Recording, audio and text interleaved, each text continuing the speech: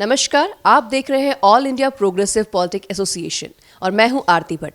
आईपा यानी कि ऐसा मंच जो प्रगतिशील राजनीति के बारे में बात करता है, उन मुद्दों की बात करता है जो प्रगति की बात करते हैं। और इन्हीं मुद्दों पर बात करने के लिए आज हमारे साथ मौजूद है प्रीति पांडे जी, जो कि एक शिक्षक है, काउंसलर है और साथ ही साथ फिटनेस से भी जुड़ी हुई है। तो स्वागत है मैम आपका। Thank you so much. और सबसे पहले मैं आपके चैनल को थैंक्स बोलना चाहूँगी, बिकॉज आजकल जितने चैनल हैं वो टीआरपी पे जा रहे हैं एंड बड़े बड़े मुद्दों पे जा रहे हैं और सिर्फ वहाँ जाते हैं जहाँ पे लोग देखना पसंद करते हैं, मसाला होता है। लेकिन आप डेवलपमेंट की बात कर रहे हैं, आप छोटे छोटे लोगों के पास जा रहे हैं, वो क्या कर रहे हैं लाइफ में उसकी बात कर रहे हैं। That's very great. तो थैंक यू सो मच कि आपने ये एक इनिशिएटिव लिया हमारी कंट्री के लिए। धन्यवाद मैम। तो मैम, हमने जैसे बताया कि आपको आईपा बेसिकली प्रगतिशील राजनीति के बारे में बात करता है, मतलब ऐसे मुद्दों को हम लोग उठाना चाहते हैं जो देश में कुछ उन्नति लाए, जो बदलाव लाए। तो आपको क्या लगता है कि इस समय जो राजनीति हो रही है देश में, वो किस हद तक आप उससे संतुष्ट हैं या उसमें क्या बदलाव होना चाहिए, उसके बारे में आप क्या कहना चाहेंगी? मैं सबसे पहले तो ये कहना चाहूँगी, मैं ये तो नहीं बोलूँगी कि मैं पूरी तरीके से सेटिस्फाई हूँ जो राजनीति चल रही है। आई एम सो सेटिस्फाई कि हाँ भाई सब कुछ ठीक चल रहा है। हाँ, डेवलपमेंट हुआ है, ऐसा नहीं बोलूँगी कि डेवलपमेंट नहीं हुआ है, लेकिन जहाँ डेवलपमेंट की सबसे ज़्यादा नीड है मुझे लगता है वो है हमारी कंट्री का जेंडर डिस्क्रिमिनेशन। मैं उस पर वर्क करना चाहती हूँ और क्योंकि ये डे टू डे लाइफ में मैं, आप, हमारी जैसी बहुत सी लड़कियाँ, बहुत सी फीमेल जो ऑफिस में वर्क कर रही हैं फेस करती हैं, डेली फेस करती हैं, ठीक है ना। तो उस जेंडर डिस्क्रिमिनेशन को हटाने की कोई बात नहीं कर रहा है।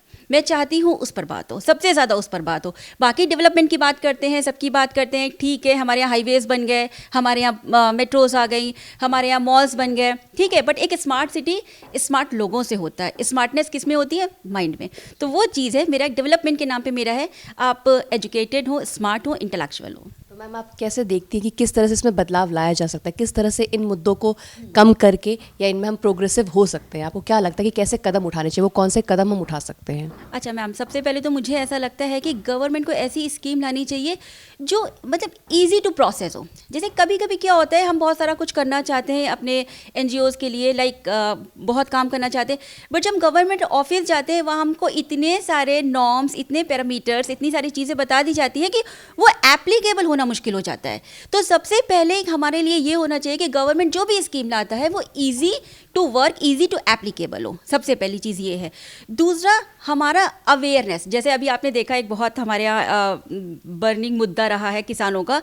लोग अवेयर ही नहीं हो पाए वो करना क्या चाहते हैं, ठीक है, उनको वो वापस लेना पड़ा। सबसे पहले जब भी आप कोई स्कीम लाते हैं, कुछ करते हैं, फर्स्ट आपका स्टेप होना चाहिए लोगों को उससे, उस चीज़ से, उस स्कीम से आपको अवेयर कराना। तो वो गवर्नमेंट, मुझे लगता है कहीं ना कहीं इसकी लैकिंग रह जाती है गवर्नमेंट की। आप शिक्षा के क्षेत्र से भी जुड़ी हुई हैं, तो आपको क्या लगता है कि इस समय हमारे देश में शिक्षा का क्या स्तर है, या उसको कैसे बढ़ाया जा सकता है, या मतलब क्या बदलाव हो सकते हैं उसमें? जी, मैं एक सबसे पहले तो ये बोलूँगी कि एजुकेशन के लिए हमारे यहाँ पर आजकल के ज़माने में एजुकेशन सिस्टम को मैं बोलूँगी कि स्कूल्स आर बिजनेस हाउसेस, ठीक है। स्कूल जो है वो बिजनेस हाउसेस हैं। स्कूल के नाम पर शोषा चल रहा है, स्कूल के नाम पर एजुकेशन पीछे आ जाती है। वो बताएंगे कि हमारे यहाँ नेशनल स्कूल ऑफ ड्रामा से टीचर आते हैं, आप आइए। हमारे यहाँ अगर क्रिकेट है तो उससे हम एसोसिएटेड है। बहुत सारे आपने देखा होगा, बायजूस उसका ऐड दे रहे हैं आमिर खान या शाहरुख खान। आमिर खान को क्या पता कि एजुकेशन का क्या है? मतलब जस्ट माई इंडिविजुअल थॉट, मैं ये नहीं बोल रही हूँ कि नहीं पता, बट एजुकेशन का शोषा से हटा के आप डीपली उसमें जाइए और एजुकेटेड करने पर वर्क करिए लोगों को, ठीक है ना। वो एजुकेटेड होता है, आप अंडर प्रिविलेज बच्चों से शुरू करिए।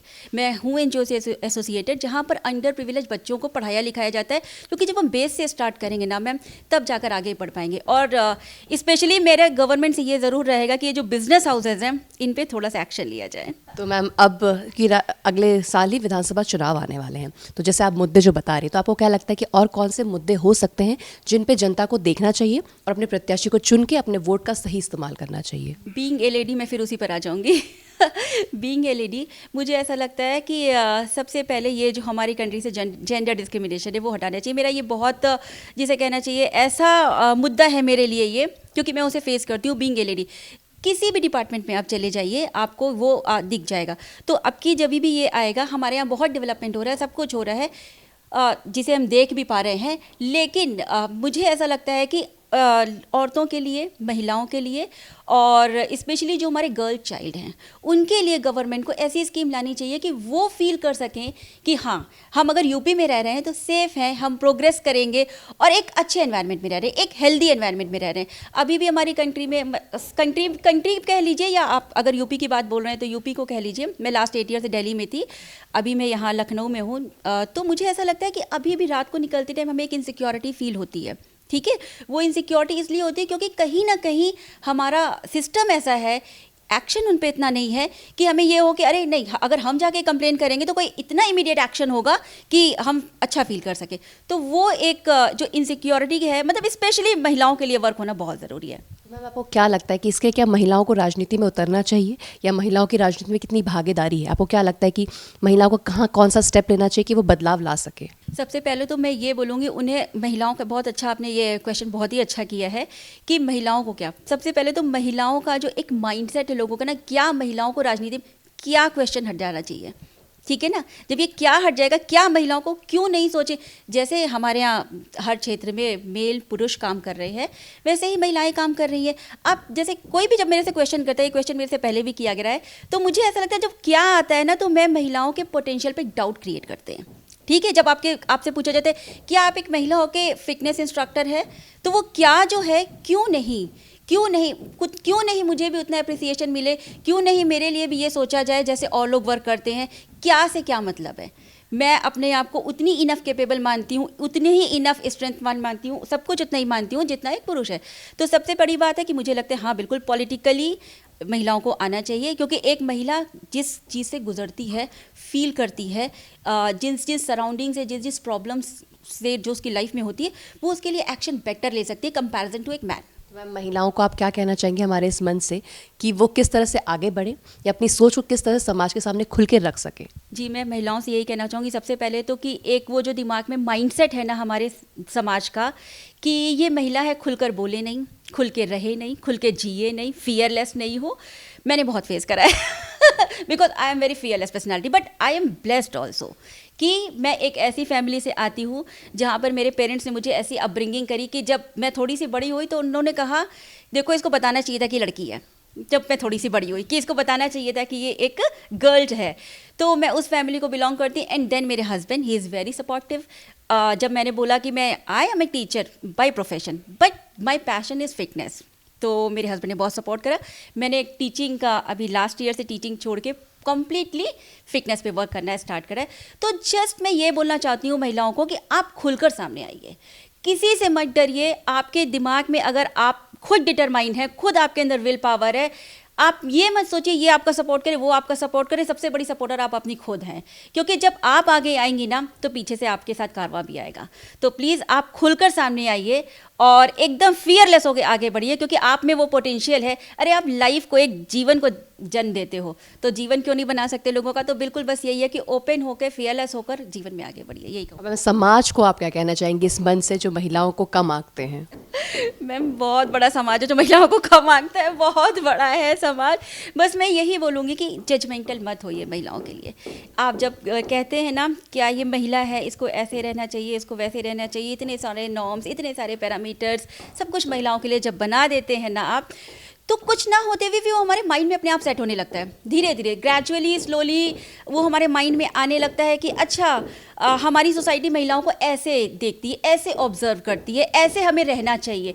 अगर लेकिन स्टार्टिंग से ही हम वो जेंडर डिस्क्रिमिनेशन नहीं रखें, जैसे हम एक गर्ल चाइल्ड है, एक बॉय चाइल्ड है, दोनों को वैसे ही अगर करें, तो मैं यही है कि उनके अंदर वो थॉट डेवलप नहीं हो। हमारे यहाँ तो बचपन से ही थॉट डेवलप कर दिया जाता है ना, वो कि ये गर्ल चाइल्ड है, ये बॉय चाइल्ड है, तो इसको ऐसे रहना चाहिए। तो बस यही बोलूँगी कि वो माइंडसेट लोगों का हटाना बहुत इंपॉर्टेंट है, वो जो माइंडसेट है। मैम, राजनीति में महिलाओं को जैसे बोला जाता है कि इतने प्रतिशत हमने दे दिया है, कि महिलाओं के लिए स्कीम चलाई जा रही है, सब तरह की बातें होती हैं, लेकिन राजनीति में लेकिन सामाजिक तौर पे अगर हम देखें तो अभी हम कहीं ना कहीं लैक फिर भी करते हैं। तो राजनीति में जितना इन्वॉल्वमेंट होना चाहिए महिलाओं का, या जितना उनको इज्जत मिलनी चाहिए, वो नहीं मिल पा रही है या मिल रही है, इस बारे में हम बात करना चाहेंगे।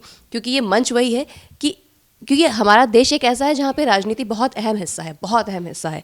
तो उसमें उसके ज़रिए हम कैसे महिलाओं को आगे बढ़ा सकते हैं, इस बारे में आप बताइए। जी, मुझे ऐसा लगता है कि हाँ, आजकल एक जो पॉलिटिकल प्लेटफॉर्म है उसमें बहुत सारे लोग आगे आए हैं। मैं ये नहीं कहूँगी कि नहीं आए, अच्छा कर भी रहे, बट जिस लेवल पे मिलना चाहिए उस लेवल पे अभी तक नहीं मिला है। अभी भी हमारे यहाँ अगर स्टेट्स उठा लिए जाएं तो शायद महिलाएं 1-2% ही होंगी जहाँ पर हैं, और पॉलिटिकली एक्टिव भी कम हैं। तो अभी तक मुझे ऐसा लगता है कि जितना इनको आगे आना चाहिए पॉलिटिक्स में भी उस लेवल पे अभी नहीं आ गया। पे एक तो भाई हर जगह पॉलिटिक्स को बहुत अच्छा माना नहीं जाता है कि आप जाइए। सबसे बड़ी बात तो महिलाओं के लिए ये आ जाती है, ये फील्ड अच्छा नहीं है, वो फील्ड अच्छा नहीं है, इधर मत जाइए, उधर मत जाइए। तो अगर मैं ये बोलूँ कि एक हेल्दी कंपटीशन हो, एक हेल्दी एनवायरनमेंट हो, तो महिलाओं के लिए भी पॉलिटिकल जो प्लेटफॉर्म है वो कम नहीं है कुछ करने के लिए, क्योंकि पॉलिटिक्स में जब आप जाते हैं तो आपके हाथ में वो पावर आती है कि आप कुछ कर सकते हैं औरों के लिए भी। तो इसलिए मुझे लगता है कि आगे तो महिलाओं को बिल्कुल पॉलिटिक्स में पार्टिसिपेट करना चाहिए। विधानसभा चुनाव आने वाले हैं, कुछ महीनों के अंदर ही आने वाले हैं, तो आप जो मतदाता हैं, नए हैं या पुराने हैं, उनको क्या कहना चाहेंगे कि वो किन मुद्दों को देखें, समझें और अपने प्रत्याशी को चुनें? पहला तो एम्प्लॉयमेंट बहुत इंपॉर्टेंट है, बहुत इंपॉर्टेंट मुद्दा है एम्प्लॉयमेंट, क्योंकि आजकल गवर्नमेंट जॉब मिल ही नहीं रहे हैं, बहुत डिफ़िकल्ट हो गया है। मतलब मैं देख रही हूँ वेल एजुकेटेड लोग बहुत छोटी छोटी जॉब कर रहे हैं, तो according to their qualification, education, जो डिज़र्व करता है बंदा उसे वो जॉब मिलनी बहुत इंपॉर्टेंट है, वरना वो लाइफ टाइम सेटिस्फाई नहीं होते हैं और उसके पोटेंशियल का, उसके स्किल का फुल यूज़ नहीं हो पाता है। मैंने ऐसे बंदे देखे हैं जो हाईली क्वालिफाइड हैं, बट उनको क्योंकि उनके अकॉर्डिंगली जॉब नहीं मिल रही है, जॉब है ही नहीं क्योंकि, तो उस वजह से वो उनकी स्किल, मतलब हमारी कंट्री के लिए भी एक चीज़ ये बुरी है कि एक स्किलफुल बंदे को उस पोजीशन पे हम नहीं ले जा पा रहे हैं जहाँ उसे जाना चाहिए। तो एम्प्लॉयमेंट मेरे लिए फर्स्ट है।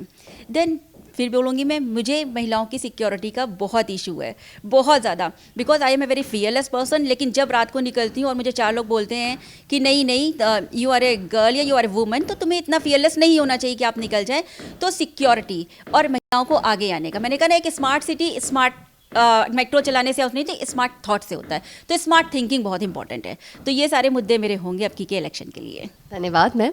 तो ये थी पांडे जी। हमारे चैनल से जुड़े रहने के लिए इसे लाइक, शेयर और सब्सक्राइब करना ना भूलें। धन्यवाद।